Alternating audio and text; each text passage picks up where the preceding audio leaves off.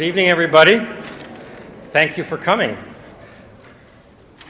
It's always a pleasure when we put these things on and we put the information out, and then I wonder if anybody's going to come. And somebody did come. You did come, so thank you very much for coming.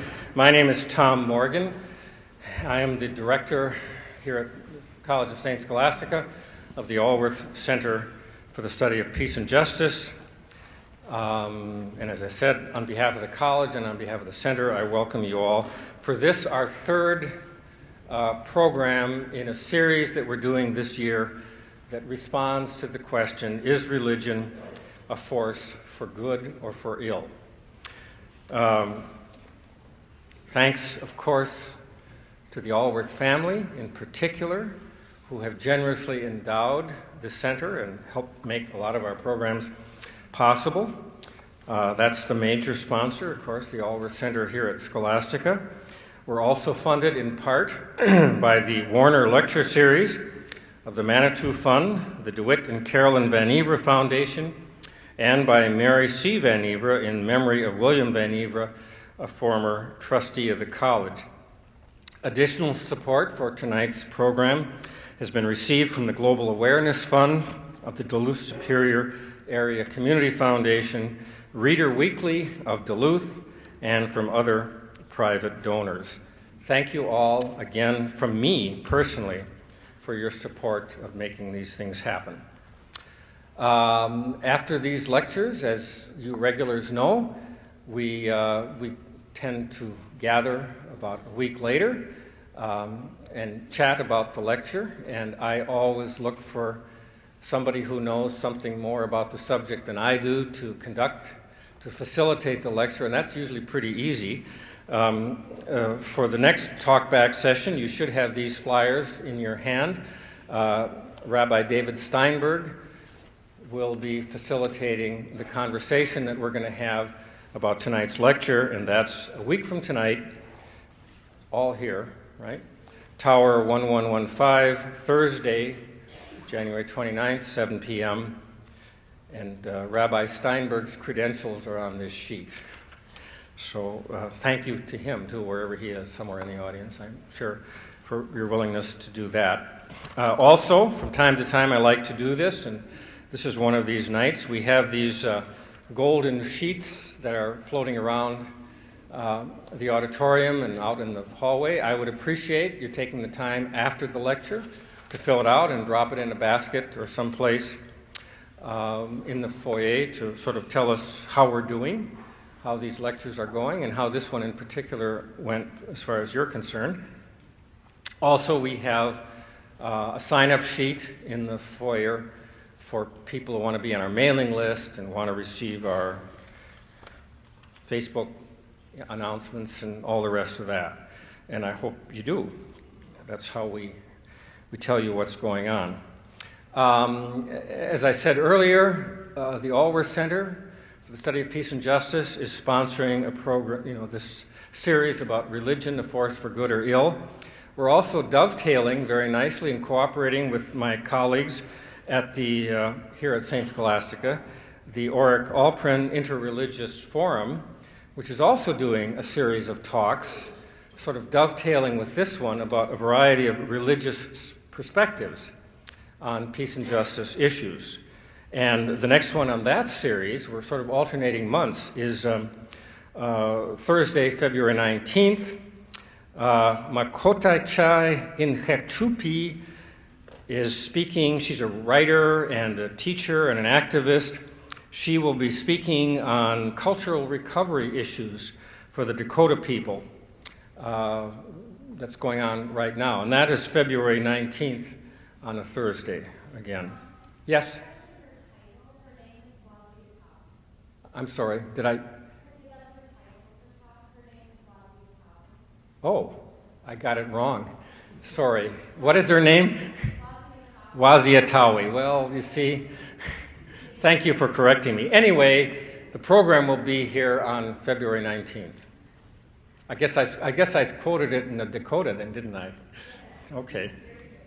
Thank you. I pronounced the words right, or pretty close? I'm talking to my colleague, Elise Carter-Vossen, who knows a lot more, a great deal more, than I do about Indian languages. And then now back to today's program. After Professor Berlinerblau delivers his lecture, then of course we'll have question and answers and the usual routine. You come up to the microphones and ask your question, and Professor Berlinerblau will recognize you in turn. The rule is students first. I'm delighted all you community people are here, but please defer to the students. They have really good questions just bubbling up inside them, and I want to make sure that they get to ask first, and then of course you can. Okay, those are the rules. Our speaker this evening, as you all know, is a professor and director of the Program for Jewish Civilization at the Edmund A. Walsh School of Foreign Service at Georgetown University. He has doctorates in ancient Near Eastern languages and literatures from NYU and a doctorate in theoretical sociology from the New School for Social Research. Professor Berlinerblau has published on a wide variety of issues ranging from the composition of the Hebrew Bible to the sociology of heresy, to modern Jewish intellectuals, to African American and Jewish American relations. Besides numerous articles in the academic and popular press, he's published 6 books, the most recent being Secularism on the Edge. His other titles include How to Be Secular, A Call to Arms for Religious Freedom, The Secular Bible, Why Nonbelievers Must Take Religion Seriously, Thumping It, The Use and Abuse of the Bible in Today's Presidential Politics, and Heresy in the University, The Black Athena Controversy and the Responsibilities of American Intellectuals. Some, but probably not all, of those books will be available if you want to buy one in the foyer after the lecture. From 2007 to 2009, he wrote the blog, Professor Berlinerblau wrote the blog The God Vote, an exploration of the role of faith in the 2008 U.S. presidential race. This blog appeared on Newsweek's On Faith website. Professor Berlinerblau produces and sometimes hosts the show Faith Complex, a dialogue about the intersection of religion, politics, and art. This program is a production of the Georgetown's Program for Jewish Civilization. In 2010, he launched a second show with the Washington Post's Sally Quinn entitled The God Vote, which focused on news cycle issues involving faith and politics. Professor Berlinerblau's work on religion and politics and the 2012 election also appeared in the Chronicle of Higher Education and in the Huntington Post. Professor Berlinerblau was born in Portland, Maine, but he describes himself as a New Yorker culturally because he was brought up in Brooklyn. He currently lives in Washington, D.C. with his wife Polly, a fashion stylist, and their children Cyrus, 13, and Emil, 10. And when he's not thinking about God or politics or secularism, he enjoys jazz, listening to jazz, and in fact he calls himself a failed jazz musician. Ladies and gentlemen, please welcome Professor Jacques Berlinerblau.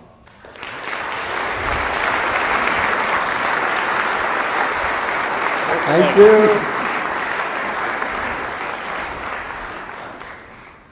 Okay, hello Duluth.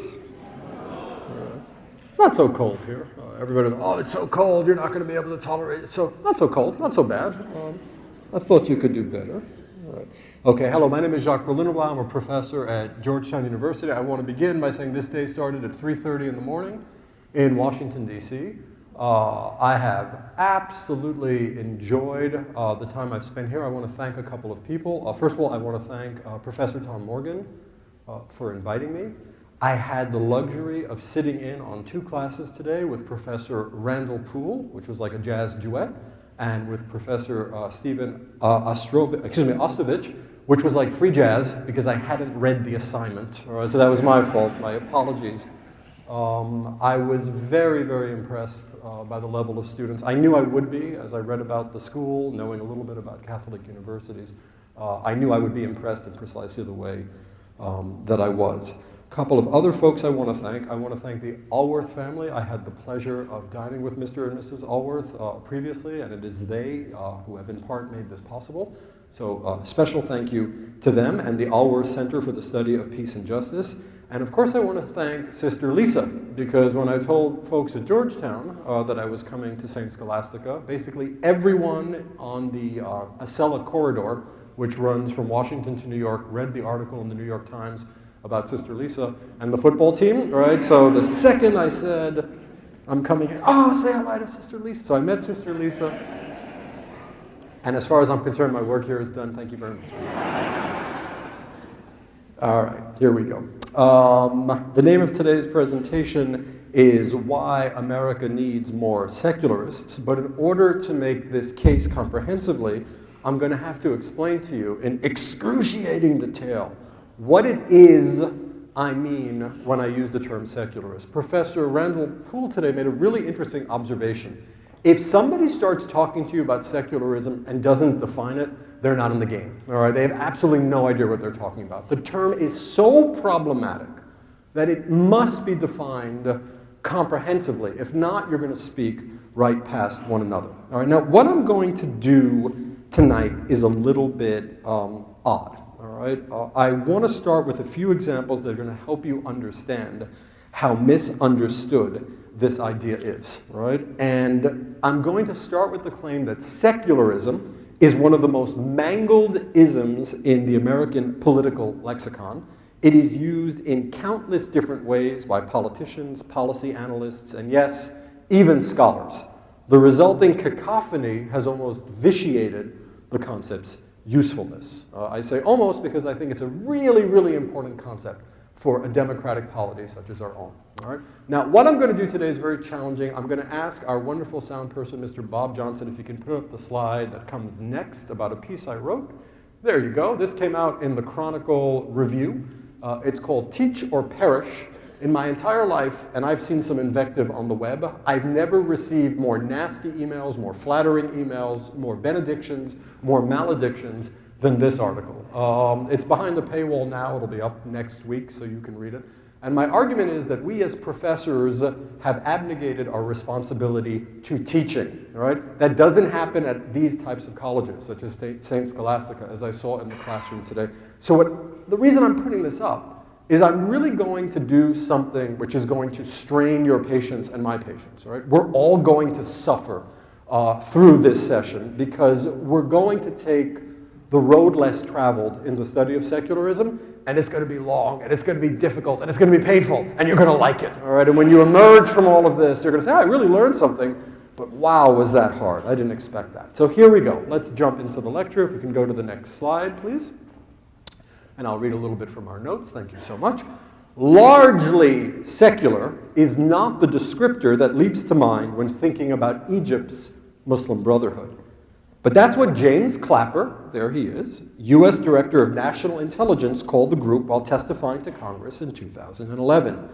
Outrage ensued, and within hours, his office, to use the Washington adage, walked it back. The news release read as follows. And I'm going to put on my Washington bureaucrat voice. To clarify Director Clapper's point, in Egypt, the Muslim Brotherhood makes efforts to work through a political system that has been under Mubarak's rule, one that is largely secular in its orientation. He is well aware that the Muslim Brotherhood is not a secular organization. Okay. Now it was, why not? The Mubarak's regime turned to be acclaimed as largely secular. Well, if by secularism we mean not protecting religious minorities and not respecting freedom of speech, then I guess the Director of National Intelligence was onto something. Though perhaps we should cut James Clapper some slack. He wouldn't be the first or the last public figure to say contradictory and even preposterous things about secularism. Consider the case of the former Pennsylvania Senator Rick Santorum. During a 2012 Republican presidential debate, he criticized President Obama's secular ideology as being, quote, against the traditions of this country, unquote. Oddly, this came a few minutes after he spoke of the necessity of a secular Pakistan. Secularism, Santorum implied, was bad for us, but good for them. Let's go to our next slide. President Obama employs his own double standard when using the S word. He scoffed at the knee-jerk, amoral secularism of his own party in the audacity of hope. Yet when he rolled out his Office of Faith-Based and Neighborhood Partnerships in 2009, he emphasized the inclusion of secular citizens and organizations. All right? So what I'm trying to paint for you is an image of a political public discourse about secularism that makes absolutely no sense. We'll go on to the next slide. Perfect, thank you. As you can all tell, we have something in American political conversation which we might refer to as a crisis of nomenclature. For some, secularism is deeply un-American, but good for Pakistan. For others, secularism is akin to atheism, which means that it must be hostile to religion and thus bad for America. For still others, secularism is about separation of church and state, and that's good or bad for America, depending on your point of view. For those who think that it's bad, the assumption is that it must be bad for religious freedom, and by that I mean separation of church and state. By the end of this lecture, I'm going to make the point that all of these assumptions are incorrect. The idea that secularism is atheism, the idea that secularism can be reduced to separation of church and state, the idea that secularism is good for us, bad for us, but good for them, wrong, wrong, wrong, wrong, wrong, wrong, wrong. All right? It doesn't mean we're going to have a triumphant messianic victory of secularism. You're going to see that the reality about secularism is infinitely more complex and challenging. What I'm going to do now is somewhat daring, and I'm only going to do it because I have the honor of lecturing at a Catholic institution, and I have the honor of being employed by one as well. All right? I know how these institutions think. I know the demands they make of their faculty and their students, and I probably wouldn't have done this at a lot of other American universities. So this is going to be rough. With my two research assistants, we prepared what is known as a Prezi. The Prezi is like the new super cool PowerPoint. All right? PowerPoints are so done. All right? The Prezi is where it's at. If you're using a PowerPoint, it's like using a BlackBerry, right? Or a rotary telephone, all right? So you're going to feel the awesome power of the Prezi. I hope it doesn't lock up. I really hope it doesn't, right? And with my students, we were discussing, my research assistants, we were kind of discussing how singers nowadays, they don't just sing, pop singers, they have like a light show and dancers, right? This is my light show, these are my dancers, all right? And I hope this enhances your understanding of something that is extremely, extremely complicated. I'm going to provide you with something like a Catholic inset, all right? An enrichment module, all right, geared to the audience that sits in front of me. An audience that came here in goodwill to better understand what secularism actually is. I want to start by making a point that will probably surprise and even perplex many of you. But it's a point that I hope is well worth tonight's price of admission. All right? Secularism, I wish to claim, along with other scholars, is born of Christian political philosophy. I'm going to repeat that. Secularism is born of Christian political philosophy. That is to say, without the existence of certain developments within Christian theological speculation, we would never have arrived at secularism as we know it today. Let me become more pointed about this. God bless Islam, God bless Judaism. I love Judaism, I'm Jewish, right? They don't get any congratulations for this, all right? This is really an internal Christian development until the 19th and 20th century, where other religious groups start to see the great advantages of it all. In my years teaching this subject, and it is now 15 years, I started on 9/12. I lived across the street from the World Trade Center, and it kind of hit me that I had to look into this religion thing a little bit more carefully, right? In the 15 years that I've been studying this, I would say that the one thing that most beguiles my students and my audiences is the claim I've made. That is the Christian roots of the American secular idea. Who can't believe it, right? Christian fundamentalists can't believe it. They refuse to accept it because they think secularism is atheism, right? Ergo, secularism is the Antichrist. Who else can't accept it? Atheist fundamentalists refuse to accept it because they think secularism is atheism and that secularism is the opposite of anything Christian. They're both wrong, as we're about to see. All right, so let's get to the fascinating interplay between Christianity and secularism. Put on your seatbelts, your helmets. Here we go. We're going in. All right, if this were some type of Hollywood blockbuster, we're going in. All right, here we go. So my claim, let's get to, we're right where we should be. Thank you, Mr. Johnson. Slide 8, Christian origins. Secularism's DNA is inextricably bound up with Christianity. What I've done in my research is reconstruct the genealogy of the secular idea. If you will, I have sequenced its genome. All right, I'm in my laboratory trying to figure out where this thing came from. I obviously cannot give you a comprehensive account today, but if you read all my books and all my articles together, not that I would advise you to do that, right, you'd probably have a sense, right, from ground zero to the present, where this idea comes from, right? My surmise, along with that of many professional scholars, is that it probably begins in, yes, the New Testament, all right? I imagine that's probably the last thing many of you thought you were going to hear tonight. Let's go to our first slide. Here it goes. Great verse from Matthew 22, 15, 21. In red, this is the one we all know. This must be, yeah, it's the New King James. Render therefore to Caesar's the things that are Caesar's, and to God the things that are God's. All right, this is one of the best-known verses in the entire New Testament. It makes the astonishing claim that Christians must render obedience and respect to earthly and even non-Christian authorities. Now let's look at another verse, the lesser-known 1 Peter 2:13, 14. Thank you so much. In red, therefore, submit yourselves to every ordinance of man for the Lord's sake, whether to the king as supreme or to governors as those. Now let's look at Romans 13:1, a very well-known verse in biblical study. Let every soul be subject to the governing authorities, for there is no authority except from God, and the authorities that exist are appointed by God.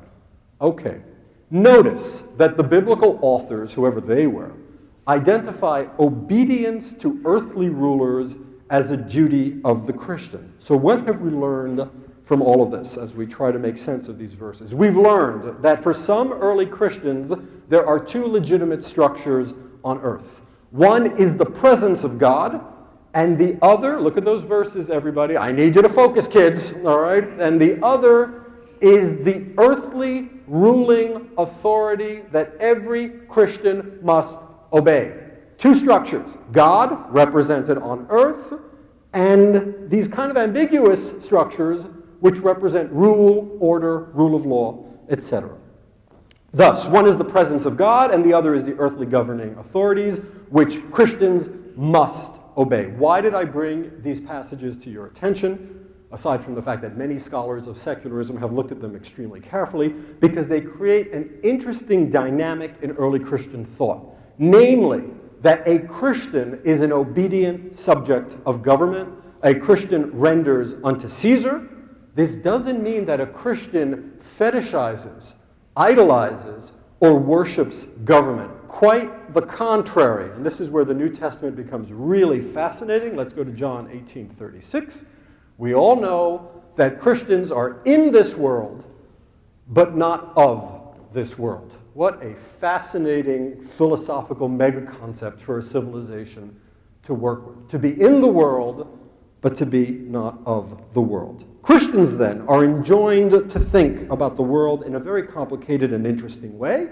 They obey government faithfully, but they don't really need that government because they're focused on the world to come. Why is this important for secularism? Because what we see in the New Testament, not the Old Testament, in the New Testament, is the germ of what scholars refer to as a dualistic structure. Two units, namely the belief that there are two domains of action in which a Christian dwells, And it was the great 5th century church father Augustine who built out this manner of thinking in his classic work, The City of God, which we're going to put up right now. How many of you at St. Scholastica have read City of God? Students? Great. Okay, good. I don't see the students back there, but I'm sure they've read it. Everyone at Georgetown deals seriously with this wonderful text. Augustine, as is well known, suggests that on this earth there are two structures which he refers to as the heavenly city and the earthly city, and they're both physically here on earth. All right, let's look at some definitions. The earthly city evinces self-love, reaching the point of contempt for God. Its opposite, the heavenly city, for Augustine, represents the love of God carried as far as contempt of self. Now, I cannot linger here on some very complicated questions about what Augustine was getting at in his famous discussions of the Seculum, S-A-E-C-U-L-U-M.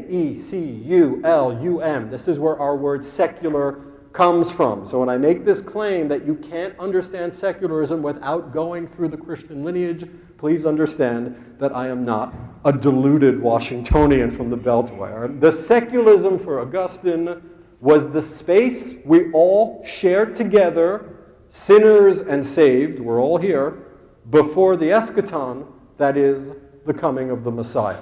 All right, so right now, right here in Duluth, we are in the seculum together. All right, if Augustine could explain it to us. What I want to say is that Augustine pushed forward the New Testament dualism, that binary, in which a Christian sees two things in this world, the forces of earth and the forces of heaven. Throughout the Middle Ages, Augustine's dualistic structure was worked over again and again and again by Christian theologians, and folks, it's going to start making sense right now.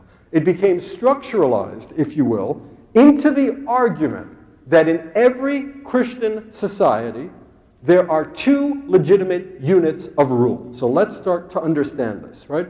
This dualism has been called by many things in Christian polities. And let's go to our next slide, if you will, slide 14. Papacy and emperor, cross and crown, sacerdotium and regnum, spiritual rule and temporal rule, ecclesiastical and civil authority, church and state, religion and government. Very early on, Christian thinkers asked themselves the world's most obvious question about these two units, and the question is, who's on top? Who does what? Who rules? All right? Who gets to make the big decisions? One of the more influential reworkings of Augustine's dualism appears in the late 5th century. We're going to look at the writings of Pope Gelasius in a letter to the Emperor Anastasius, and this is what he would write.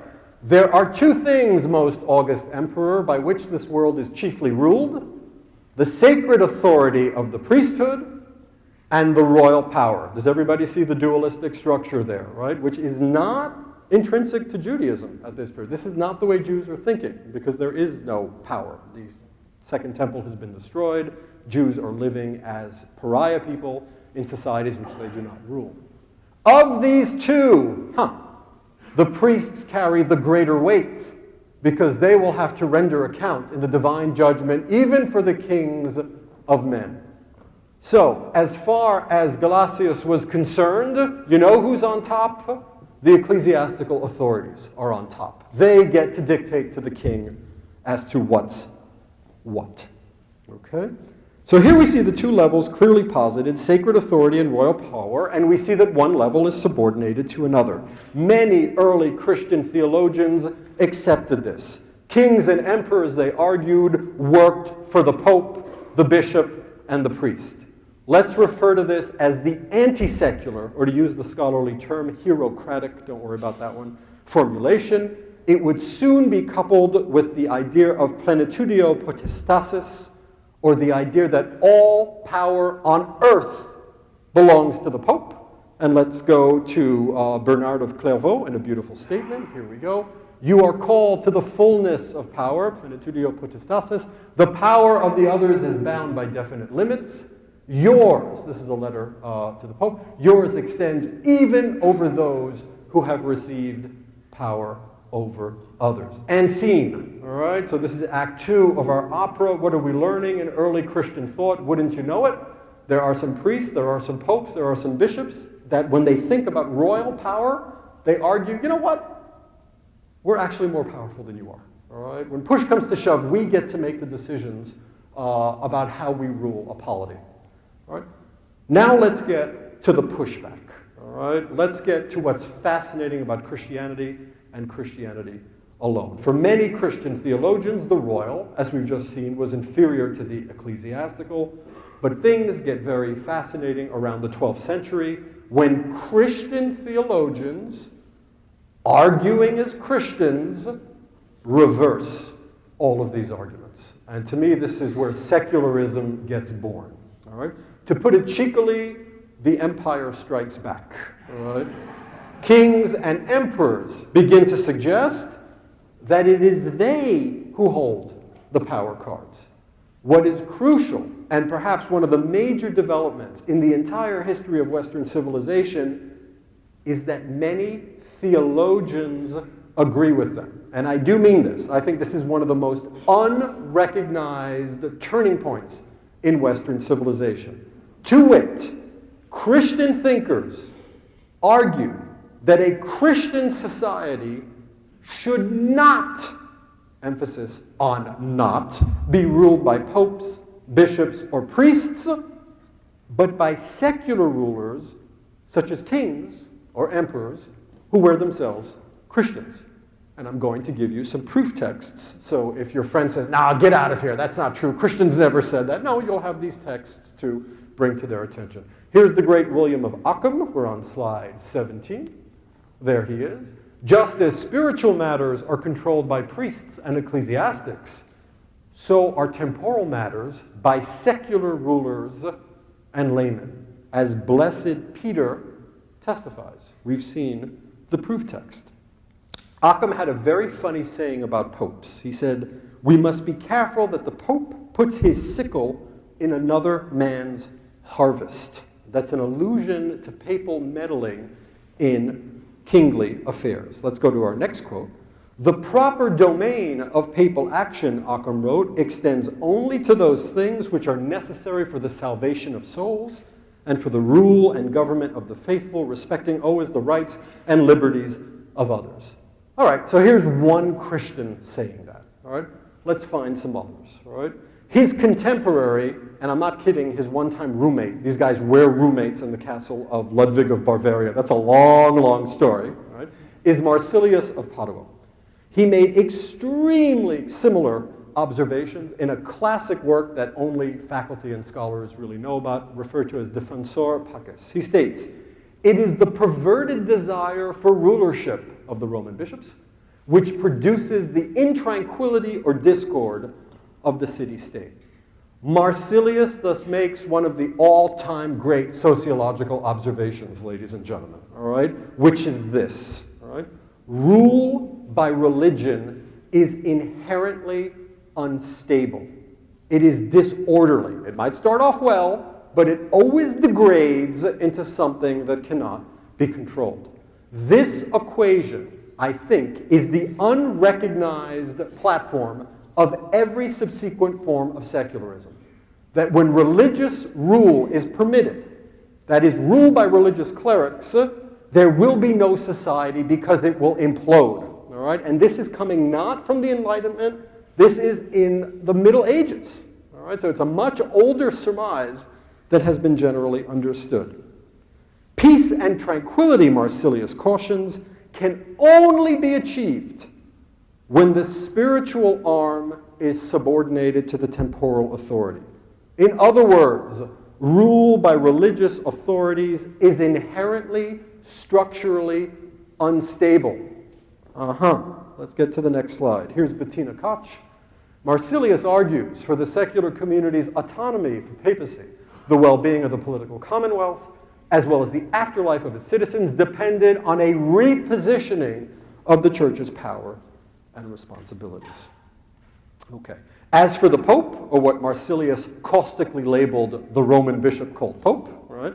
In slide 21, we see that he says the Pope has no coercive jurisdiction over the property or person of any priest or bishop or deacon or group of them, and still less over any secular ruler or government, community, group, or individual of whatever condition they may be. Marsilius's objective, it would seem, was to justify the destruction of the idea of plenitudio potestatis, which I mentioned to you earlier, the idea that all power belongs to the Pope. I cannot stress enough, and if you understand this, you understand the kernel of this lecture, and then we can get to America. That's the easy part, all right? This is the rough sledding, if you will, for us. I cannot stress enough that for these writers, and many others who I haven't cited here, they thought this way about secular government because this is what they believed Christ wanted. Occam was a Franciscan monk and a champion of apostolic poverty, and that was the issue that inspired him. There was a whole conflict with the popes about poverty and who can be poor and what belongs to what order. That's what inspired him to challenge the Pope. Their rejection, Occam, Marsilius, John of Paris, I could name dozens of these thinkers, their rejection was not a rejection of Christianity. However, it created a theoretical space for a religiously sanctified rejection of the rule of religious authorities. So these proto-secularists were all Christians. They believed that a restriction on faith's connection to worldly power was what Christ wanted, was what the New Testament demanded of us. All right, end of the Catholic inset. Let's move to Protestantism. That's easy. All right, let's get to Martin Luther, who I would remind you was an Augustinian monk. All right, he had read his Augustine very well, and not surprisingly, he worked right within the Augustinian tradition of two powers on earth. In his contestation with the popes of his time, the great Protestant reformer was adamant that what God wanted was what he called two swords on earth, the earthly sword and the heavenly sword. Right? Luther, like Occam and Marsilius, who he had read, I'm almost positive, insisted that religious power had to be subjugated to civil power. Let's go to the next slide, please. My all-time favorite quote, 1523. "We have learnt," said Martin Luther, and I know there are Lutherans in our audience, "we have learnt that there must be secular authority on this earth, and a Christian and salutary use must be made of it." Yet Luther brought something new to the mix, something distinctly early modern. This was the idea that no authority, secular or priestly, religious or civil, could ever trespass on your freedom of thought. Nothing was more sacred to Luther than the right of the believer to believe about God whatever she or he saw fit. Thought, he famously exclaimed, is free. Why that isn't on our currency, right? Why it isn't on a statue somewhere in Washington. It's one of the great kind of statements in the history of Western civilization. Thought is free, says the great Martin Luther, and rabid anti-Semite, but that's for another lecture, all right? What does this mean? All right, it means that civil authority, to whom Luther delegated massive coercive power, has no right to interfere with one's religious conscience. Now let's move forward. We're going to get to America. Trust me. Here's Roger Williams, all right, who had clearly read his Luther. "It is against the testimony of Christ Jesus for the civil state to impose upon the souls of the people a religion, a worship, or ministry." The cantankerous Baptist intellectual, I don't know if you've ever read biographies of Roger Williams, fascinating guy, learned Native American languages, fought alongside Native Americans, right, and was an insufferable bore, all right? He was apparently just, here comes Roger Williams. Everybody would run away because nobody wanted to deal with him. He was such a character, a true American, I would say, all right? It was the cantankerous Baptist intellectual that fumed. It was against the testimony of Christ Jesus, right, for the civil state to impose upon the souls of the people a religion. Here's an unknown thinker. I don't know why no one reads him. He's like a poor man's John Locke, all right? This is Samuel von Pufendorf, right? Maybe it's the name, I don't know, right? There's also another major figure in the history of secularism. Was it the second Lord of Shaftesbury? And my students, I can't even teach. They start laughing, they start tittering, right? So I never talk about the second Lord of Shaftesbury anymore because it's pedagogically not working, right? It is not appropriate for a magistrate to apply force in enjoining religion upon men. What are we seeing? We're seeing the Lutheran idea that the secular power is the power, full stop. not the religious power. However, there's a braking mechanism. All right? The secular authorities can never mess with your thinking about God. That is an inviolable, sacred space. You have complete psychic sovereignty. No ruler, no king, no police officer, no lawyer can ever invade the sanctity of your thinking about the divine. Or your thinking about the lack of divine, I would add. That's how we build it out in the 20th century. Mr. Jefferson, as we call him, in Washington, in the Virginia Statute for Religious Freedom, well, it's a great line. Coercion of the mind by the civil authorities is a departure from the plan of the holy author of our religion. His wingman, James Madison, let's get to the next quote. The religion of every man must be left to the conviction and conscience of every man. Standing perfectly in between Luther and Williams over here, and Madison and Jefferson on the other side, was the towering enlightened philosopher John Locke. In the 1689 letter concerning toleration, which I think may be the single most important work in the history of liberalism, in the history of secularism, and actually in the history of modern Christianity, liberal Christianity anyhow, Locke maintained that the civil authority, that is the secular authority, has a job. And the job is to maintain order. He finds that old theme from Marsilius, right? Without order, ladies and gentlemen, no one gets to God. And if you read biographies of John Locke, you understand why he thought that way. For starters, he's not even living in his own country. He's writing from Holland. All right? The political situation in his own country is so unstable that he's in exile. He's looking back at the late 16th and 17th century, and what does he see? The St. Bartholomew's Massacre, the 30 Years' War, the wars of religion. And he says, you know what? When religion meddles with statecraft, it's bad for everyone, and the dividend is that no single individual has a moment to reflect upon God because there is no order, because there's unbridled chaos. And this is the genius of the letter concerning toleration. Sharing Marsilius' fear of religion's ability to destabilize everything, Locke insisted that the ruling authority could not espouse any particular religious beliefs, nor could it impose beliefs on any of its citizens.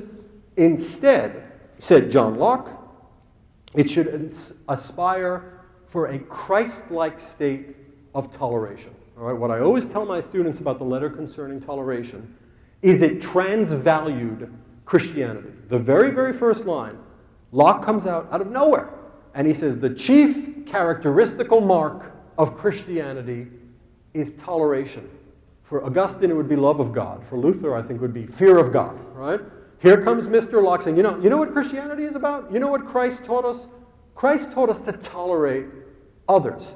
Is he right? Is he wrong? I don't know. I'm not a theologian. But it's fascinating how he changes the entire arc and trajectory of the future of Christianity by insisting that's the core of the Christian message. We must tolerate. Now, I'm waiting for somebody here to say, yeah, but did he tolerate Catholics? No, he didn't tolerate Catholics. All right?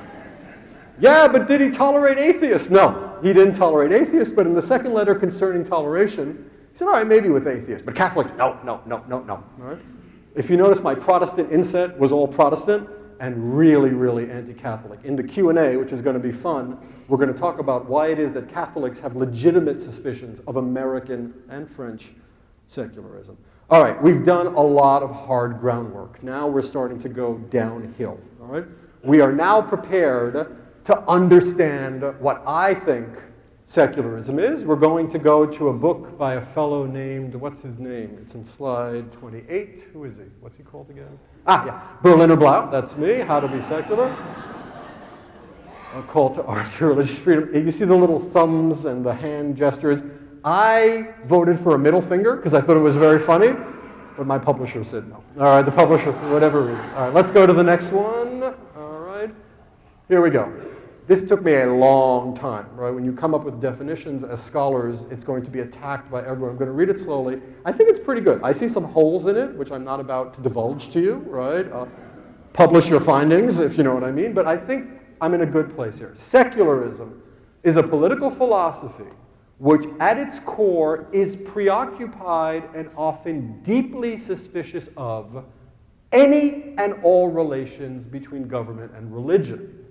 It translates that preoccupation into various strategies of governance. Hold on to that idea of various strategies of governance. I'm going to show you what they are in the United States, all of which seek to balance two necessities.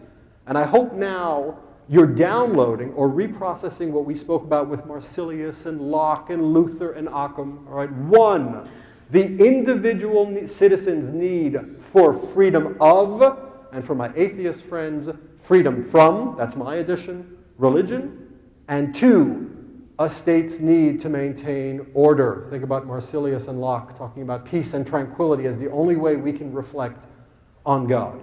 That's the balancing act that a secular state has to perform, and it is extraordinarily, extraordinarily complex. Let me thank you for your patience. Now we're ready to get to the subject of tonight's lecture. All right, so I hope we've all suffered. We'll be done pretty soon, but now we can get to America. And it was rough on me. I hope it was rough on you, right? But here we go. A secularist, according to my analysis, is a person who believes that church, or better yet, churches, synagogues, mosques, must be subordinated to the authority of the state. If you believe that, you're inhabiting secular space. Right? If you agree, yeah, you can't have a religion running things. Right? You can't have the Catholic Church governing. All right? From the moment you disagree with that, you're not a secularist, which is fine.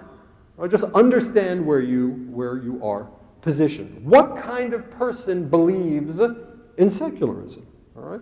I'd like to point to a couple of broad categories in American history. From the get-go, the great kind of shock troops of American secularism, the Baptists. It's often forgotten, right, that the Baptists are some of the heroes of the American secular tradition. All right, why is that? The Baptists in colonial America had run afoul of the Anglican establishment in the South and the Congregational establishments in the North. They had terrible memories of the old world. They were persecuted by theocracies left and right. So as a religious precept of American baptism, the idea was that there could never be a union of church and state, that it was unChristly, it was ungodlike, it was demonical for those two entities to coalesce. The Baptists maintained, following Martin Luther and later John Locke, that religion is a matter between God and individuals, religious opinions of men not being the objects of civil government nor in any way under its control. John Leland, the rights of conscience. Second group that have been secularists in the United States. I am a scholar. I am not a political activist. If I were a political activist, I wouldn't tell you about this, right?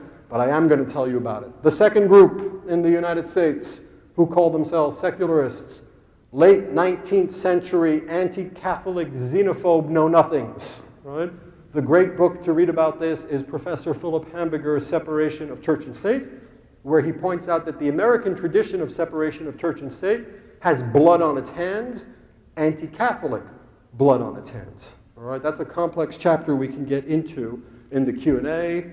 Grosso modo, how did it work? Anti-Catholic Protestants at the end of the 19th century claimed that reading Catholic Bibles in public schools violated the separation of church and state, so that we should all read, then, the King James Version. Everybody cool with that? Are the Catholics in this room like that? That was the argument, right? That reading the King James Version and praying from it was not a violation of separation of church and state.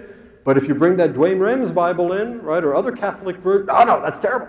Makes absolutely no sense, right? It's completely contradictory, but these were some of the major backers of the secular idea. So I don't want to give you the impression that secularism is this great thing and it's always perfect. No, I point in my book to many counterfactuals, the Soviet Union being one of them, right? We could point to Assad's Syria. Well, it doesn't exist right now, right?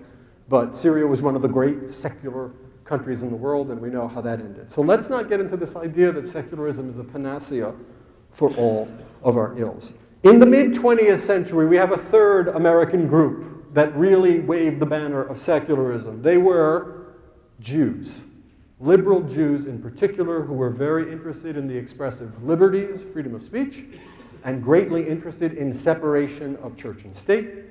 Along with them, there were liberal Catholics. Often they met in the big cities. And for them, the idea of a Protestant establishment, which was always encroaching and still is in this country, was construed as a problem. Then there were religious minorities, Buddhists, Muslims, and others, and smatterings of non-believers. Why? Because all we're fearful of Protestant establishments in schools, governments, public places, etc., etc. All right, so I hope you understand now why I claim that secularism and atheism are two very, very different things. All right? Sure, they may share some common ground.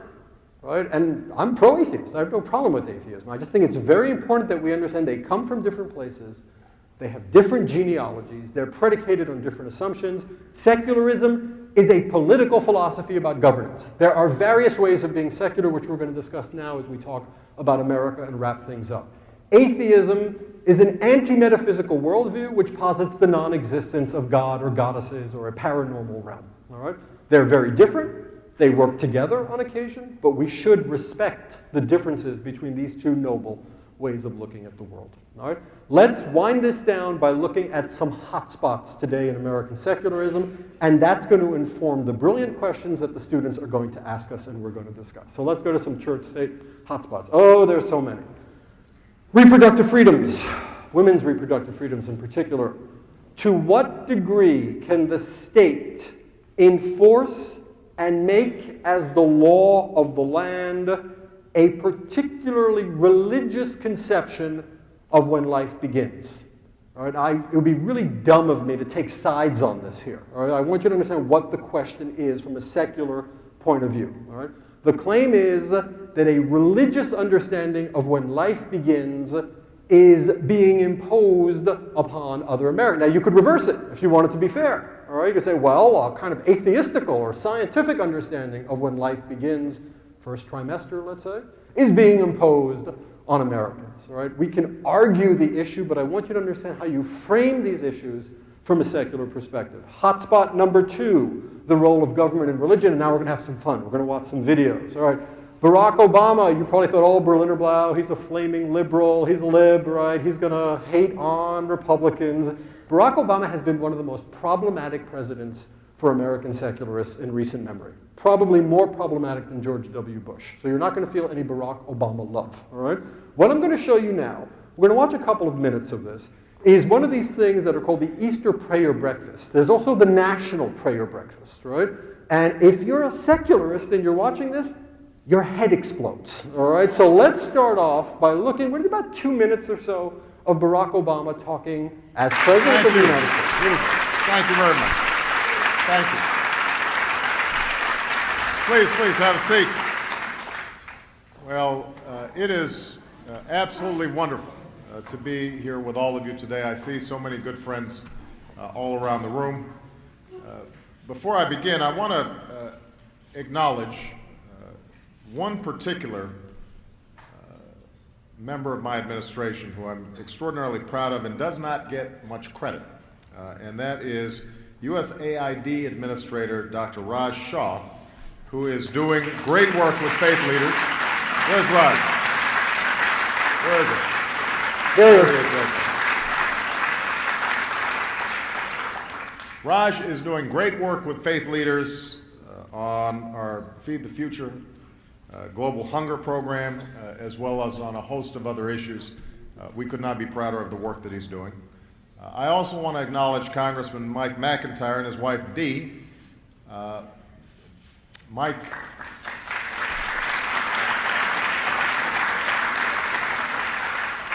as some of you know, obviously, North Carolina was ravaged by storms this past weekend, and our thoughts and prayers are with all the families who have been affected down there.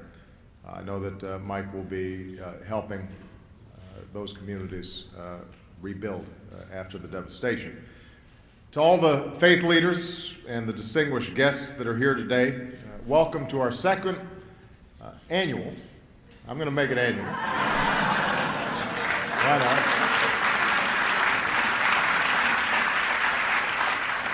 Our second Easter prayer breakfast. The Easter egg roll, that's well established. The prayer breakfast we started last year, in part because it gave me a good excuse to bring together people who've been such extraordinary influences in my life and such great friends, and it gives me a chance to meet and make some new friends here in the White House. I wanted to host this breakfast for a simple reason. Because as busy as we are, as many tasks as pile up,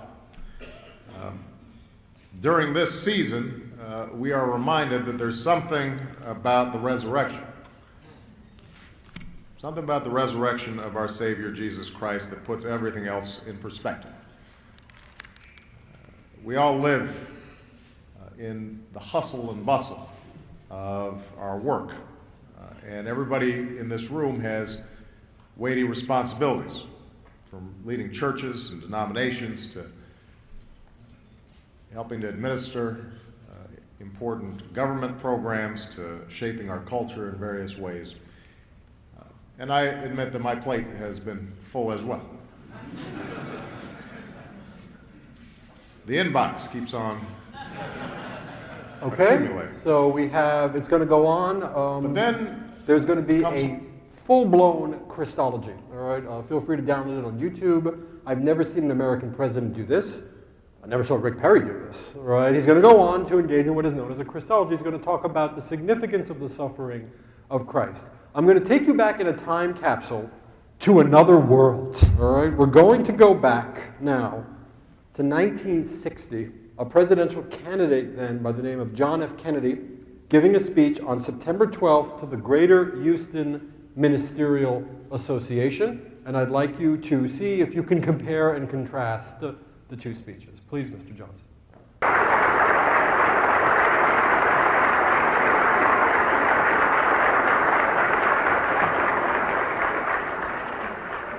Reverend Mesa, Reverend Rock, I'm grateful for your generous invitation to state my views. While the so-called religious issue is necessarily and properly the chief topic here tonight, I want to emphasize from the outset that I believe that we have far more critical issues in the 1960 campaign. The spread of communist influence, until it now festers only 90 miles from the coast of Florida, the humiliating treatment of our president and vice president by those who no longer respect our power, the hungry children I saw in West Virginia, the old people who cannot pay their doctor's bills, the families forced to give up their farms, an America with too many slums, with too few schools, and too late to the moon and outer space. These are the real issues which should decide this campaign. And they are not religious issues. For war and hunger and ignorance and despair, no religious barrier. But because I am a Catholic, and no Catholic has ever been elected president, the real issues in this campaign have been obscured, perhaps deliberately, in some quarters less responsible than this. So it is apparently necessary for me to state once again, not what kind of church I believe in, for that should be important only to me, but what kind of America I believe in.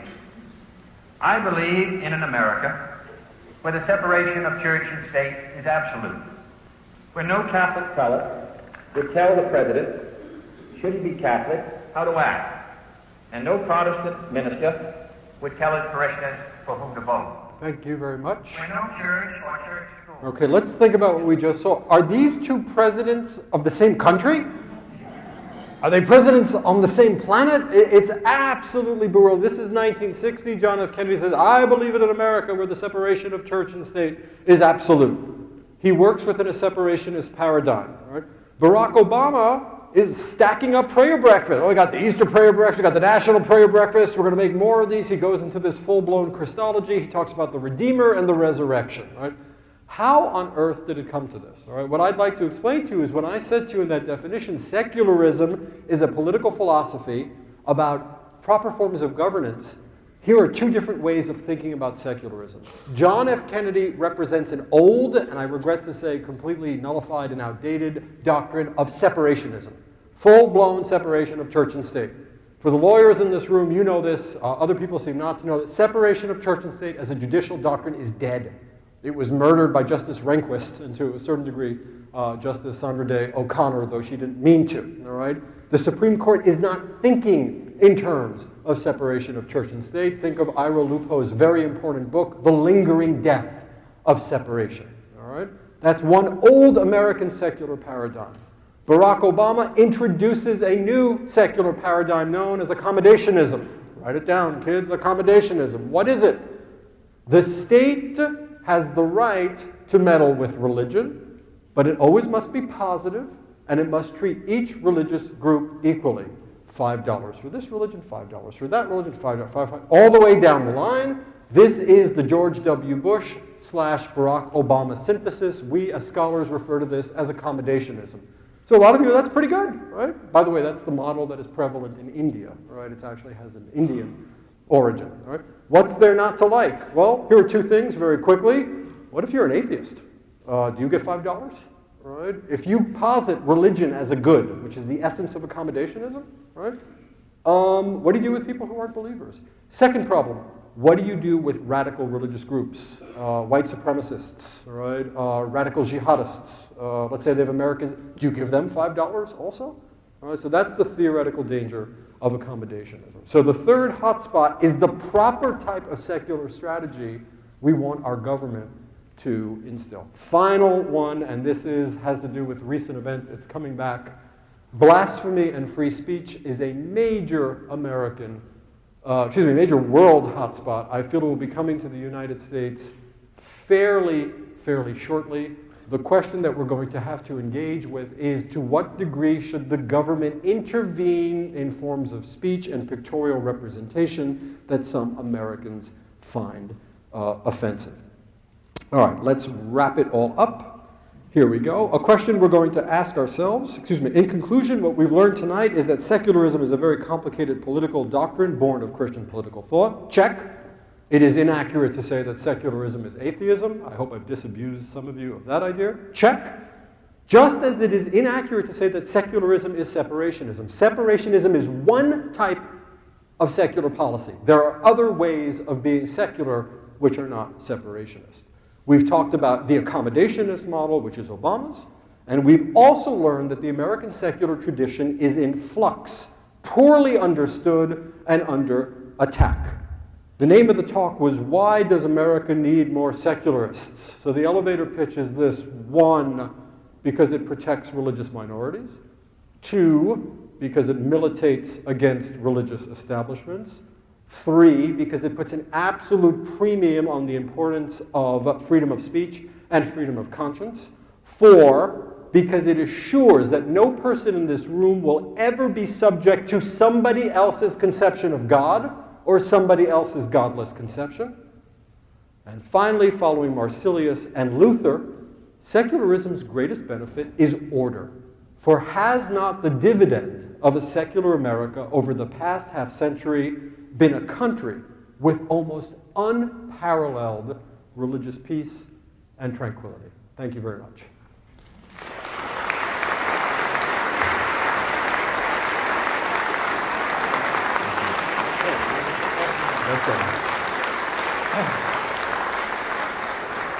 Thanks so much.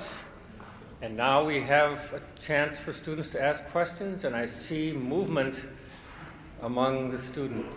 So come right down, and I turn it back to you. Sure, thank you. Hi, wonderful presentation. Thank you. I was wondering if you could comment a little more on gender politics and secularism. Yeah. Just, do you think it would be more gender neutral and gender equitable if we had more secularists? Yeah, it's one of the elephants in the room. Let's start with a problem.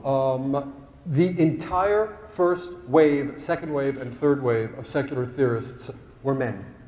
All right? Secularists did not think seriously about women's rights, and this was a very, very large problem. Right? If you look at histories of 19th century free thought movements, for example, one thing you quickly realize is there weren't any women there. There might have been one or two. Right? So we have that typical problem where you have men advocating, and when they advocate, they don't think about women. All right? Problem number one. All right?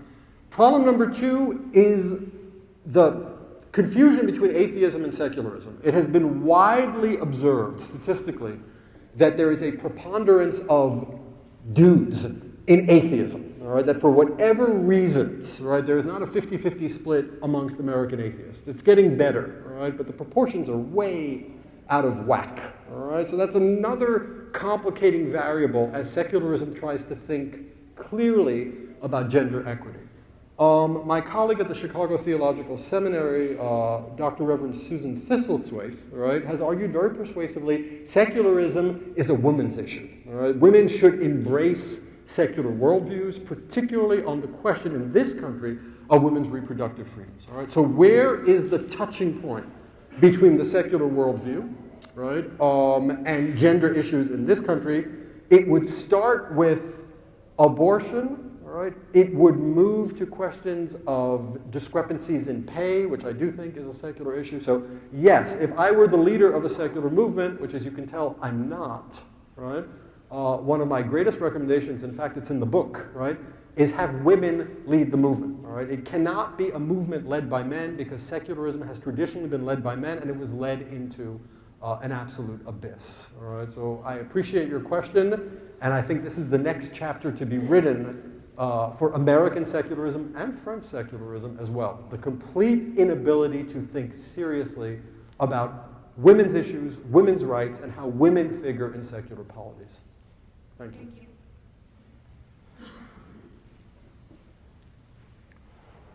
Hello, sir. Thank you for the wonderful speech. My name is Mohammed. I'm from Pakistan.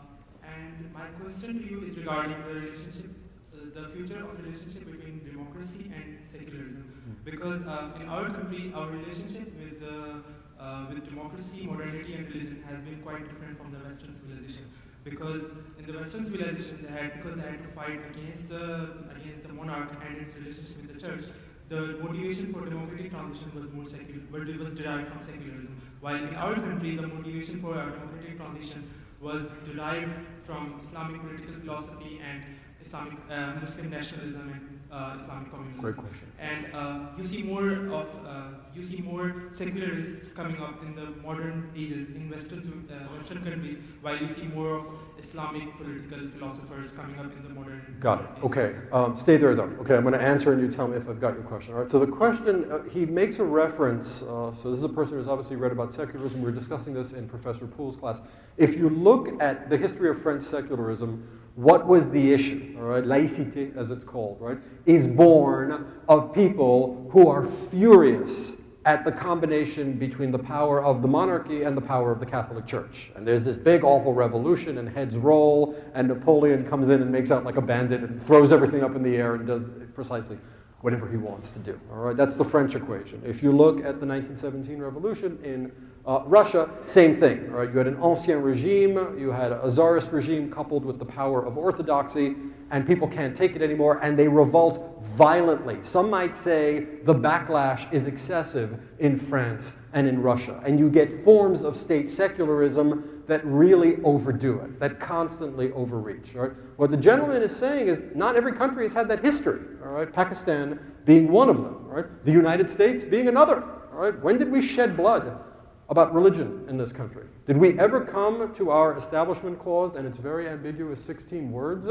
through violence? No, we talked it out, and then we hugged it out, all right? And then we signed a Constitution, and we made a Bill of Rights, all done, all right? So American secularism is such a sort of, I don't know, peacey-lovey, huggy sort of a child, right? Whereas French secularism is bathed in blood, right? We're not just speaking about the French Revolution. We have to speak about the revolutions of 1848, the Paris Commune, the 1905 laws, constant fighting, right? Bloodshed in the streets about the power of the Catholic Church, right? So what I believe the gentleman is saying is that in Pakistan and many other countries, such as the United States, you don't have this bloody backdrop. Though for a moment there, Pakistan had a secular constitution. It's not known. For a little interregnum, there was a little moment where it had a secular constitution. Let me add another thing. It is often suggested that in Islam, because there is a unity in the person of the Prophet Muhammad, right, of religious power and secular power, that is rulership, there is no such dualism as the one we studied this evening. I was completely ready to believe that until I read a book by Abdullahi an-Na'im called Islam and the Secular State. If I had to recommend 3 books for you tonight, that would be one of them. An-Na'im argues, and I wonder if you've ever read this, that if you look at the classic Islamic sources, it is a misreading to believe that the schools of Islamic jurisprudence believe that religious power and, shall we call it, civil power must be perfectly integrated. On the contrary, he says, and he attempts to reestablish a healthy dualism existing within Islam. I used to joke with him, I used to call him the Martin Luther, right, of Islam, right? So he's trying to claim that there should in fact be this division, but he goes back to the classical sources and argues the division is there. I don't know, I'm not an expert of classical Islam. I do think it's a very, very important book in a very reputable press, Harvard University Press, by a very, very significant scholar. So sir, did I get to the gist of your question? Thank you so much for the explanation. Yeah, I think you pretty much answered my question. I was basically, apart from the theological explanation for accommodating secularism within the Islamic philosophy, which I think is possible, historically speaking, do you think that there can be a friendly relationship between secularism and democracy in Pakistan? Because we have experienced secularist regimes only in their dictatorships, not in any democratic. Right. Is there a possibility for a secular politics? I don't know. I mean, it's a really good question. I've met scholars that argue secularism can only develop in liberal democracies, full stop. It needs 500 years to work itself out, right? It doesn't happen overnight. And the mistake, right, that the neoconservatives made in the second Bush administration was thinking that you could graft, right, onto civilizations that didn't have these 500 years of conflict and debate over these basic issues. So that's the pessimistic view, right? Right now, I would say no. I would say it would be a very, very bad idea in the Arab and in the larger Muslim world, right, to try to impose secularism. In the Arab world, of course, that's not Pakistan and that's not Iran, but I read a very, very convincing article that when Arabs hear the word secularism, they hear atheism, all right? And in a conservative society, such as these societies are, they want nothing to do with it, all right? So I feel a really important intellectual move, right, for Muslim intellectuals is to read Berlinerblau, right, and to realize, right, that there's this difference between secularism and atheism, and one can call themselves a secular Muslim just as one can call oneself a secular Christian or a secular Jew. And it means nothing about your metaphysical views on the existence of God or the Prophet Muhammad, right, or the infallibility of the Quran. All right? So I think that's the way I would advise my Muslim colleagues who are trying to bring secular ideas to their own societies, particularly Pakistan here, Iran here, and the Arab world over here. That's the advice I would give them, though nobody's come calling. I haven't been asked to consult, right? But if I were, that's what I would say. Yes. Hi, we met in Professor Poole's class, right? Yes, Hi. I was. You almost answered my question, actually. How could you teach someone such as President Obama to be like Christian and secular? Like in what ways, if it's possible? Yeah. Let's do a little, this is really what was great about being a journalist in 2008 and kind of covering. I actually covered many of these events and I watched the Obama phenomenon, right? In 2004, as John Kerry is being nominated, this guy by the name of Barack Obama gives a speech and he blows the roof off the Democratic National Convention, right? And he says, "We worship an awesome God in the blue states." And the place goes crazy, all right?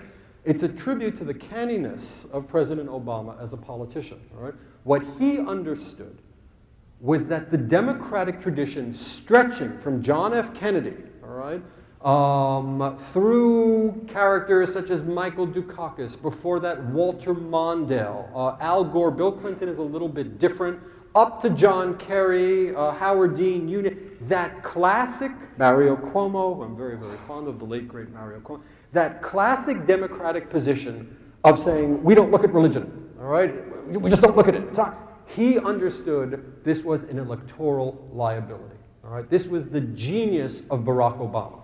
All right, so he realized that Democrats were alienating religious voters, and in 2004, as we looked at the election returns, what did we learn? The values voters, right? The values voters threw the election to George W. Bush.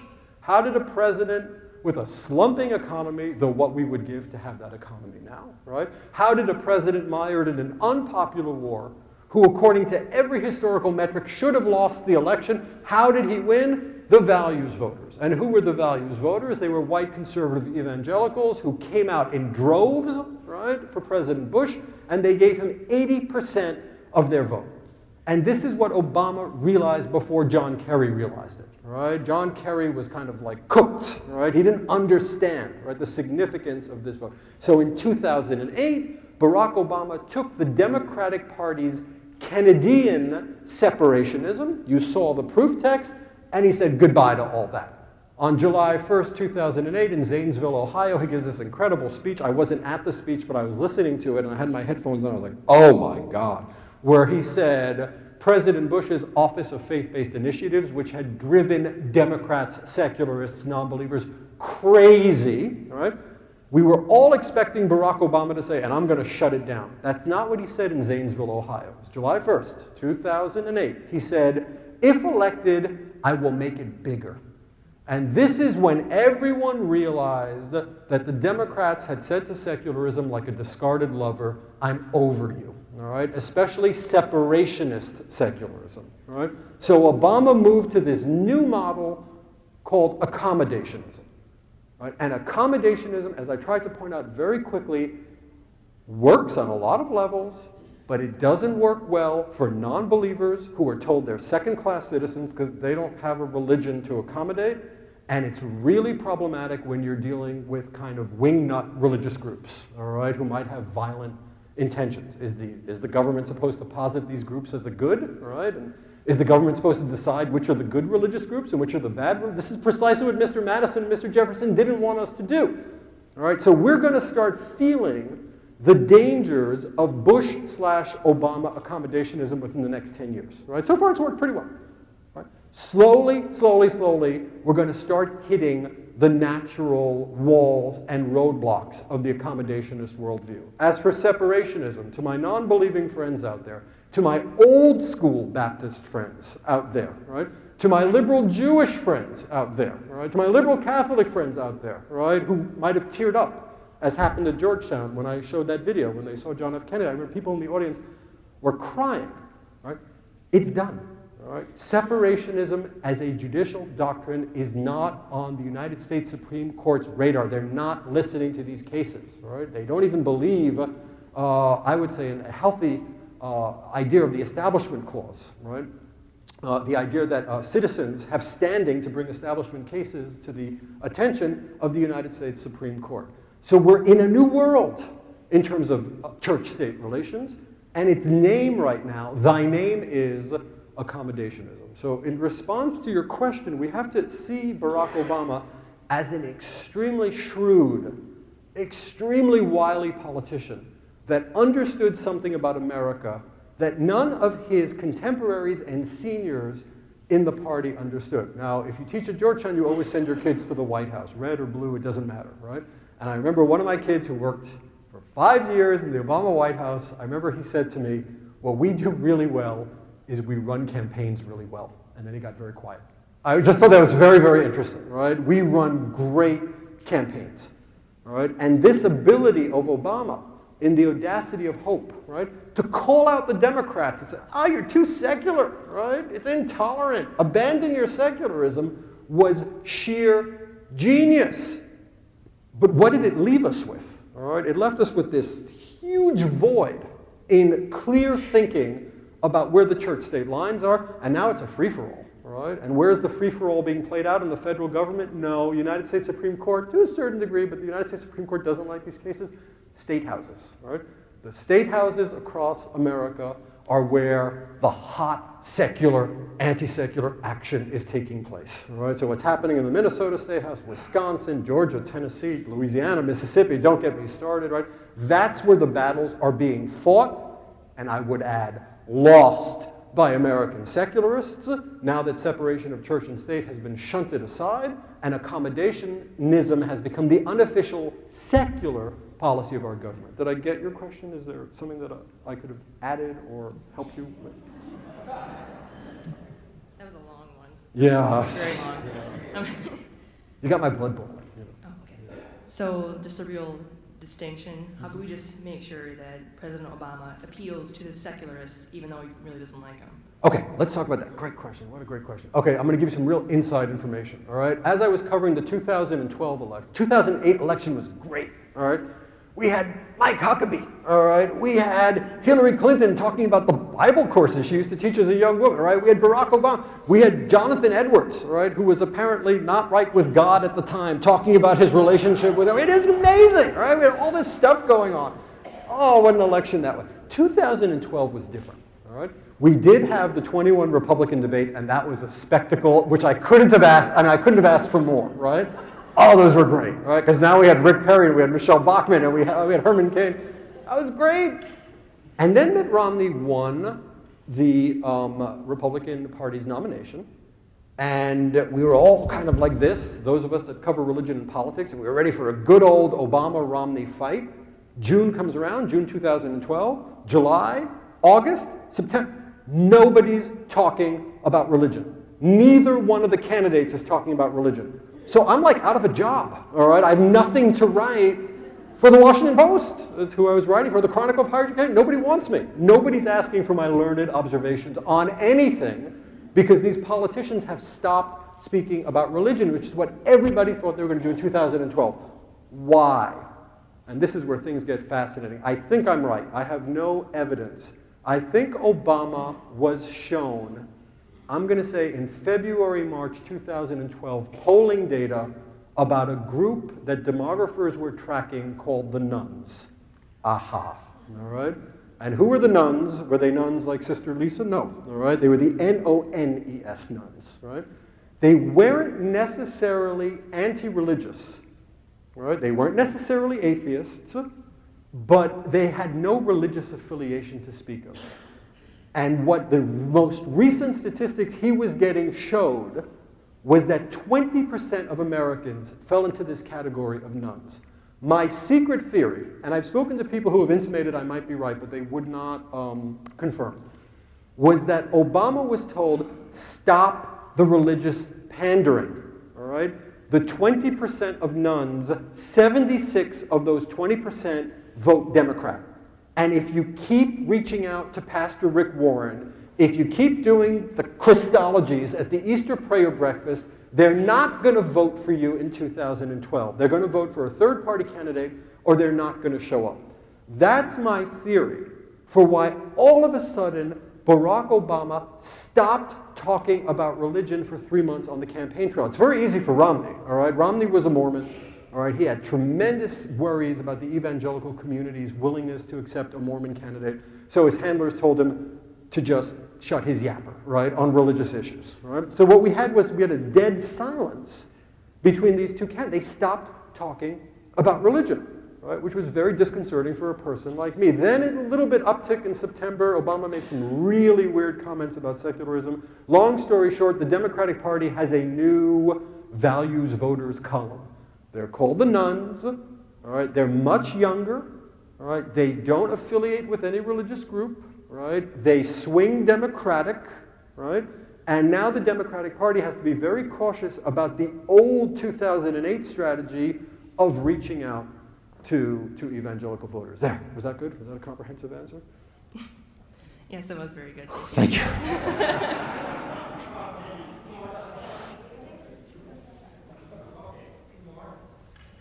Hello. These are great questions. Thank you. Hi, how are you? Good. My question for you is, in your opinion, does secularism or toleration in any way diminish religion for the individual? Build it out a little bit for me. I think I see where you're going, but give me a little more. For example, for me, I have a faith, and if America was to become more like France, Right. Would that in any way inhibit how I practice my religion or view myself through that lens of secularism? Well, secularism, this is what secularism doesn't want you not to practice your religion, right? It says go for it, you know. It puts up a happy emoji or emoticon, right? When you say, secularism has no problem with it. Secularism makes this demand, and I want you to tell me if you think it's reasonable, all right? For you to practice your faith, and for me to practice my faith, and for her to practice her faith, and Sister Lisa, and for the non-believer sitting over there, the 5 of us, right, we have to concede certain things. All right? There's certain things we cannot do so that we get 80%, 90% of what our faith dictates. So you see what the model is? The model is there's certain things you just can't do in public, all right, because they're too upsetting to other Americans. Right? There's certain demands you can't make. Orthodox Jews cannot demand, right, that every school child in public schools eat kosher food. It's too expensive, right? It restricts certain dietary possibilities. That's an unreasonable request to make, even though their faith, right, demands certain laws of kosherness, right, at least for Jews. So I think the secular equation, I want you to think about it. Is it reasonable for a state to say, we want to give you the maximum amount of space to practice your religion, however, we're asking all of you to make certain concessions so that we can all do that? That's what secularism asks. And does it always work? No. All right? Because we've learned that many secularisms claim to be neutral when in fact they have a kind of home team, right? Quebec, all right? Think of the huge debates we had, right, about the PQ, the Parti Québécois. Right? What was the issue? The issue was the Parti Québécois wanted to ban all sorts of headscarves and religious insignia, right? And people were like, many Muslims in Quebec were like, well, we're willing to do it, but we can't help but notice that in the parliament, there's a huge 12-foot cross, right in front. Does that seem fair, right? Is Quebec relinquishing, right? Is it making the same act of conceding for the public good? No, it isn't, right? So I'm trying to grasp the question, right? I'm saying what secularism demands is a concession by responsible citizens who, in order to practice their religion, permit you to practice your religion and permit those folks over there to be irreligious. Everybody concedes a little bit, right? But it doesn't always work out. I'd be the first person to say often there's a home team, often there's a favored religion, and often certain religions, in many cases Islam, right, find themselves really disadvantaged by a so-called neutral secular state. Did I get there? Yes, I was just thinking, 50 years or 100 years from now, will religion become extinct? No. Because of secularism, or how we see religion? How about this? Let me reverse it, right? Religion will persist, God bless religion, because of secularism, all right? And I believe many secularists believe that, right? This is Locke's surmise, right? If we don't get a hold on this beast, which is the passion elicited by religion, there's going to be no religion. Everyone's going to be dead, right? Have you ever read about the St. Bartholomew's massacre, right? I mean, just read about what is going on in the streets of Paris between Catholics and Protestants, right? We need not rehearse the history of religious violence. It could be between Sunnis and Shiites. It could be between Jews and Muslims, right? The issues that seem to be extinguished. In Ireland, there's something about religious violence, all right, which is just extremely difficult for us to control. So I would reverse politely and respectfully your equation. Secularism, when properly implemented, really wants people to practice their faith. I think you're thinking about the French model, which is much more aggressive, right? Which wants you to practice your faith, but keep it in your house, all right? Don't bring it out into public space, right? That's French laïcité. That's not American secularism. Our secularism is much more generous, much more religion-friendly, all right? Much more built on letting people express themselves. We work from the Anglo-secular tradition. Okay. Thank you. One more? Hi. About Barack Obama's video that you showed, it talked about the resurrection, and secularists don't enjoy that. But I was thinking about, he mentioned prayer, and in times of tragedy, I wonder what secularists believe about saying prayers be with you or whatever. Great question. By the way, there's nothing in the Constitution that prevents an elected official from praying publicly. Nothing. All right. So Barack Obama broke no rules. Michelle Bachmann broke no rules. All right. Rick Perry, right, when he gathered everyone at that Houston Stadium for the prayer, right? What do you call it? The prayer prayer for, there was a name for it. I forget. It was like August 12th at Reliant Stadium, right, in Houston. Though Rick Perry did use government funds to kind of provide security, so there's a gray zone there. Anyhow, in response to this question, what do secularists say about that? That's complicated. You ask a really good question. So after 9/11, Yankee Stadium, religious leaders from around the country came, elected officials came, and everyone prayed together, right? Which was kind of a nice thing, I think, right? Should the police have been paid by city funds for that? That's a very interesting question. Could an atheist, right, or an old school Baptist have made the case, right, that this funding should not have been provided by the government? You could. What I think is most interesting, though, right, he said in his snarky, secularist sort of way, right, there was one fellow there from these parts, the Midwest. He was a Lutheran, and he was on stage with Jews, Hindus, Buddhists, I forget his name, and he prayed with them, and then he got hereticated, all right? He was like kicked out, all right? He was told by his denomination, you were praying with pagans, right? And we completely do not accept that, right? So there are unreasonablenesses on both sides of this, right? My view as a secularist, right, is of course, let people pray, all right? If people want to pray publicly and it's spontaneous, right, and it's not excluding folks, fine. What might be one answer to this? This is a new phenomenon. I don't know how I feel about it. Atheist chaplains, right? So we're humanist chaplains and atheist chaplains, right? So there's a small group of non-believers. They may call themselves humanists. They may call themselves secular humanists. They may call themselves atheists, right? Who are receiving kind of ministerial training in how to, I'm not saying this in jest, I think this might be a good compromise, right? In how to deal with, let's say, soldiers in the armed forces, right, who are non-believers, right? So we do have atheist chaplains now, right? What if we were all to go to Yankee Stadium and the atheist chaplain would be invited, right? I think then we're reducing the amount of Americans that are outraged by that event to just the contentious and the cantankerous and the contrarians, right? It's a very small number of Americans who are going to be outraged about that. So maybe that is the answer, right? To acknowledge atheism as a form of belief. There are a lot of legal dangers, which I won't get into here. Let's just imagine we did that, right? As Justice Hugo Black did in footnote 10 of a case in 1962 where he said secular humanism is a religion. Let's just imagine atheism is recognized, right, as a religious persuasion, and atheists in the United States, God bless them, get a seat at the table, right? At this point, I think we're headed into some good space, right? I think we're really doing our best as Americans not to exclude non-believers, right? Which to me is a serious issue and needs to be avoided. Did I get you right? Did I get you right? Thank you. Thank you. Thank you very much. Thank you. Thank you all very much for coming.